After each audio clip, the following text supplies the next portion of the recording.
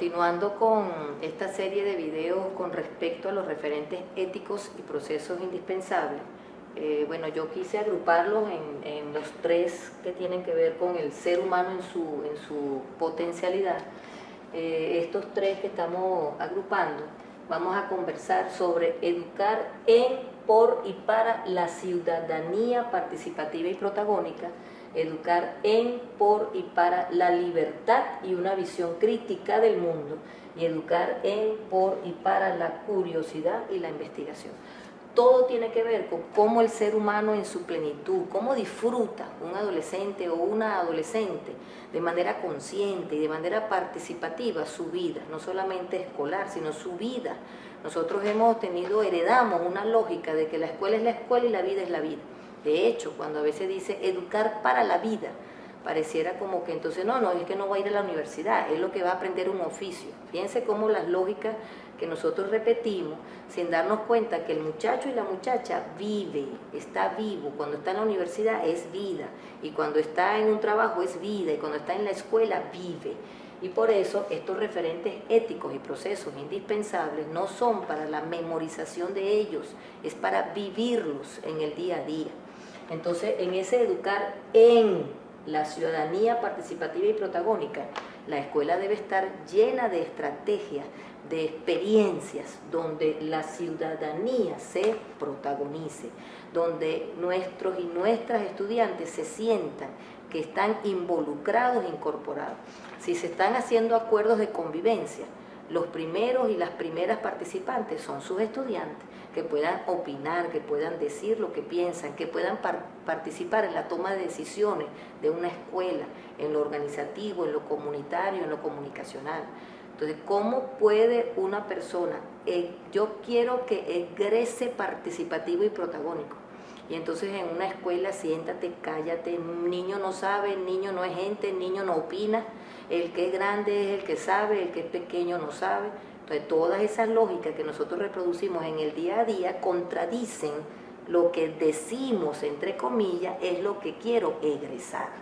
Por eso es que parte de las contradicciones que vivimos en la sociedad es que un muchacho y una muchacha pasa 15 años en una escuela donde queremos que salga como un ciudadano de una forma según los fines de la educación, y resulta que el día a día de la práctica es totalmente distinto. Todas las personas que hacen vida en una escuela deben sentirse que participan de manera protagónica en los asuntos de la escuela y en los asuntos de la comunidad. En este sentido, quiero hacer una memoria histórica.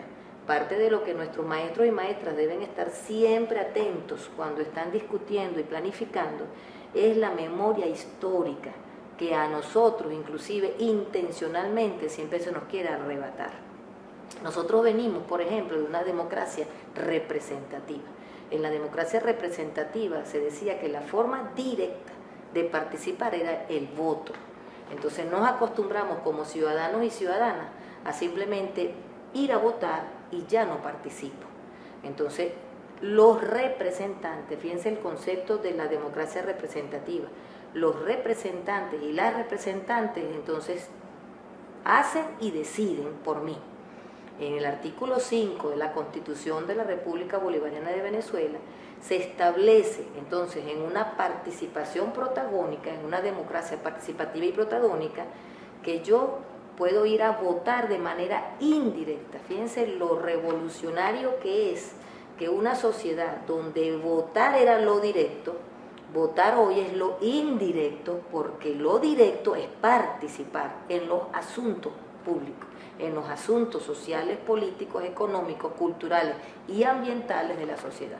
Entonces, un estudiante de la década de los 90, de la década de los 80, se les enseñó a vivir en una sociedad representativista. Un estudiante desde el año 99 hasta hoy tiene que entrar en un sistema educativo que se le enseña a participar de manera protagónica. Por lo tanto, fíjense cómo se están reforzando las vocerías estudiantiles, que en el consejo comunal ya el muchacho y la muchacha no tiene que aprender que está un representante de la comunidad, no, está un vocero y una vocera, que las discusiones y las decisiones la toma la comunidad y tiene una vocería. En los liceos y escuelas, nuestros y nuestras estudiantes participan, discuten, toman decisiones y tienen sus vocerías. Ve cómo es completamente diferente el enfoque. Entonces, si ese enfoque es participativo y protagónico, la escuela debe estar lleno de eso, incluyendo el director. Si un director de una escuela tiene un problema, él no va a socializar la decisión que tomó, las grandes molestias que tiene, por ejemplo, el personal docente, cuando escucha que el director decidió algo y luego lo que dijo fue lo que decidió, que es distinto cuando un director o una directora de una escuela tiene algún problema y entonces lo que llama a socializar es el problema. Y se hace una construcción colectiva, se hacen los planteamientos y propuestas, y cuando surge de la discusión una propuesta, esa propuesta colectiva seguramente es más efectiva, seguramente es más eficiente y seguramente es más pertinente y más legítima. Ese es el trabajo que debe de prevalecer siempre en la dinámica diaria de una escuela, que las acciones y decisiones se construyen entre todos y todas. Entonces, si tenemos, por ejemplo, un problema de seguridad escolar, vamos entre todos y todas a construir el mapa de cómo abordar de manera integral esos problemas. Cuáles son los problemas más sentidos de una comunidad, se construyen entre todos y todas, no lo decide un director, o no lo decide un estudiante, o no lo decide un miembro de una comunidad, sino que se hacen mesas de trabajo, se hacen comités, como está establecido en el Consejo Educativo, en la resolución 058, hay un consejo educativo donde participan todos y todas, hay comités de trabajo donde participan todas aquellas personas que se incorporan de manera voluntaria y democrática, y existen las mesas de trabajo donde se hacen los planteamientos, donde se hacen las propuestas y van surgiendo las propuestas y las decisiones de manera colectiva. Eso debe ser práctica cotidiana en nuestras instituciones educativas. Educar en, por y para la libertad y una visión crítica del mundo. Nosotros tenemos rapidito, pero lo debo decir porque es parte de lo que queremos reflexionar y socializar.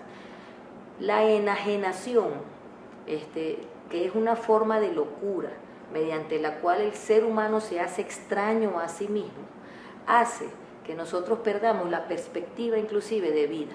El capitalismo, la comercialización, el consumismo. Cuando una gente no tiene para darle de comer al hijo, pero la plata que tiene la gasta para comprar algo que está de moda o porque es una marca, entonces pierde la perspectiva inclusive de qué estoy haciendo, o por qué estoy haciendo ese acto o esa cosa. A veces, por ejemplo, imagínense una educación inicial, un preescolar, donde hicieron todo un gasto y toda una participación de gente con la comunidad para hacer un concurso de preescolar donde escogeremos la niña más linda del preescolar. ¿Por qué será eso enajenación y por qué será eso pérdida de perspectiva? ¿Sí será que hay una niña más linda que otra en un preescolar? ¿No será que todas las niñas son hermosas? ¿No será que en vez de estar enseñando a valorar la belleza, la hermosura de los seres humanos en toda su condición, lo que estamos es heredando otras formas de concebir la belleza? Estamos usando inclusive jurados y gastamos todo un esfuerzo que en vez de fortalecer la convivencia, lo que hacen es fortalecer el individualismo, la intolerancia y la competencia. Entonces son reflexiones que dejamos para que ustedes en sus mesas de trabajo discutan en qué consisten los referentes éticos y procesos indispensables, que definitivamente no son solo superficialmente para estudiarlos en una clase, sino que son, como lo estaremos reiterando de manera permanente, vivirlos en la cotidianidad. Entonces, ¿por qué me fui por ahí? Porque la libertad, se habla de libertad, entonces la conquista de mercado ha generado tanta publicidad conductista, por cierto, condicionamiento pavloviano, de que una gente ve una valla y entonces ve una mujer en traje de baño y ve una botella de una cerveza y te asocian entonces esto y dices, yo soy libre de hacer eso, termino alcohólico, termino con cirrosis hepática, pero yo era libre de decidir eso, con tomarme esa cerveza donde yo lograré a esa catira, y esa la veo todos los días en esa valla donde se me está metiendo una manipulación mediática. Pregunto, en una manipulación mediática donde la verdad deja de ser real para hacer lo que la publicidad hace de eso, donde las emociones afloran más allá del tener conciencia de quién soy y de lo que estoy haciendo, ¿será ser libre? ¿Será tener una visión crítica del mundo? Entonces sí creemos que en nuestras escuelas y liceos deben haber espacios de reflexión y de discusión y de pensamiento crítico. ¿Qué estoy haciendo? ¿Por qué lo estoy haciendo? ¿Y para qué lo estoy haciendo? La diferencia entre la enajenación y la conciencia es que la enajenación son actos mecánicos donde no pienso lo que estoy haciendo. Actúo por publicidad, por mediática, por manipulación, por engaño, pero no actúo con conciencia y conocimiento de mis actos. Entonces nosotros debemos lograr en nuestros liceos, escuelas técnicas, que tengamos adolescentes y jóvenes conscientes y con conocimiento de sus actos. ¿Qué estoy haciendo? ¿Por qué lo estoy haciendo? ¿Para qué lo estoy haciendo? ¿Cómo lo estoy haciendo? ¿Con quiénes lo estoy haciendo? Pero para nosotros lograr una educación en, por y para la libertad y una visión crítica del mundo, debemos tener docentes con libertad y visión crítica del mundo. Y la libertad, los barrotes de la cárcel de un ser humano puede ser su propia enajenación. Un docente enajenado no puede generar desenajenación. Un docente con actos sin conciencia de lo que estoy haciendo, muy difícil puede hacer que otro ser humano tenga conciencia de sus actos.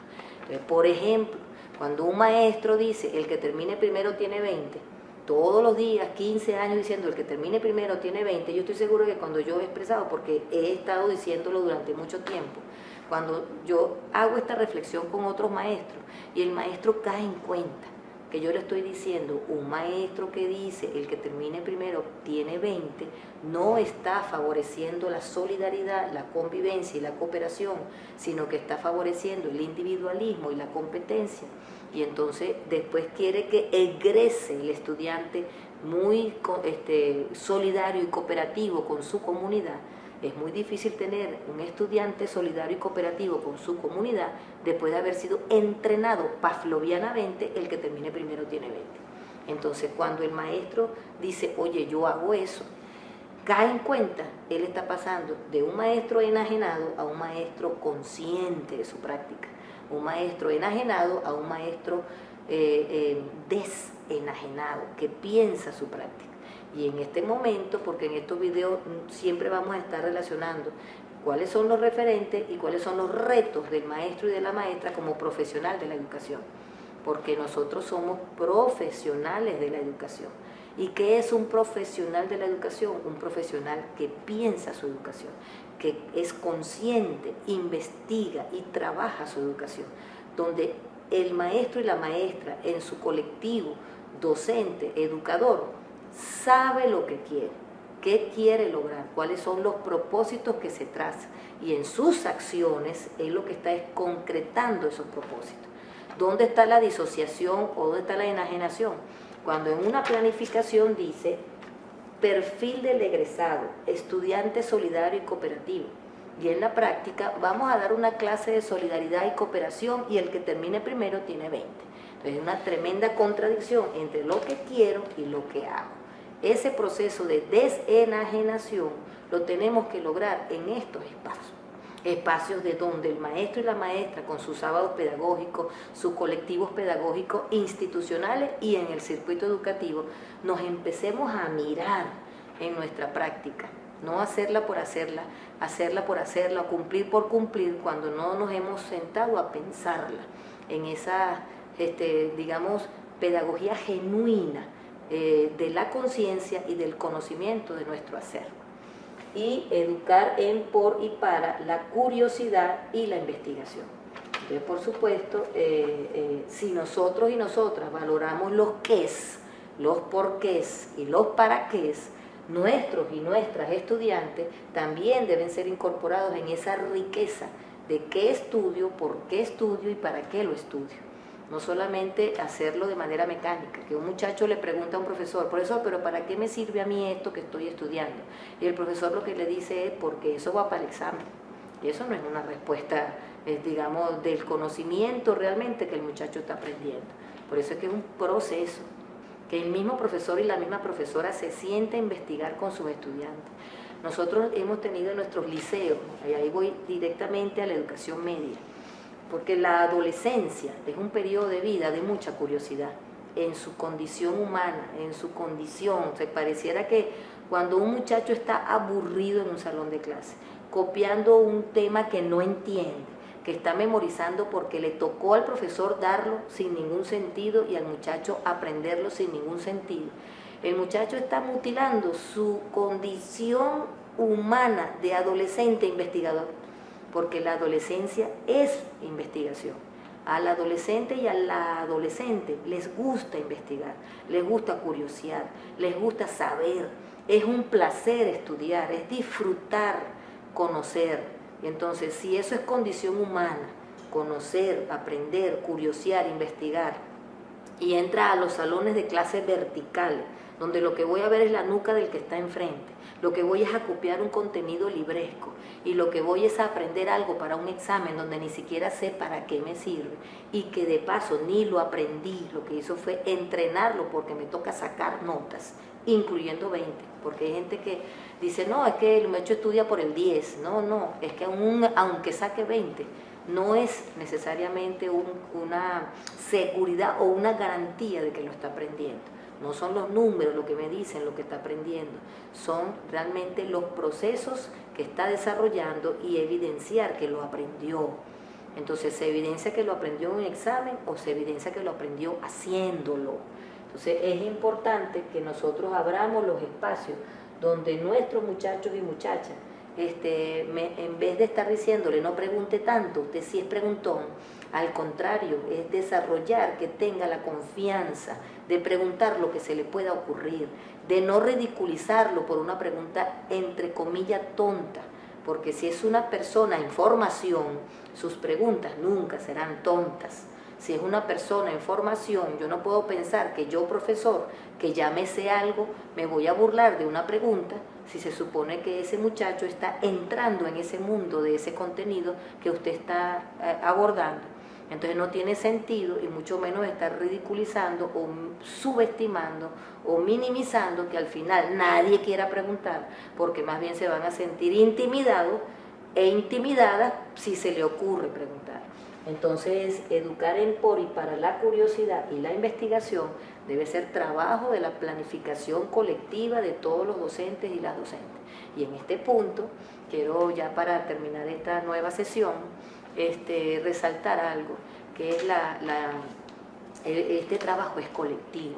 Los obreros y las obreras, personal administrativo, las cocineras y los cocineros, las mamás y los papás, se involucran en este mundo tan hermoso de crear estrategias, trabajos de campo, expediciones pedagógicas, seminarios, prácticas de laboratorio.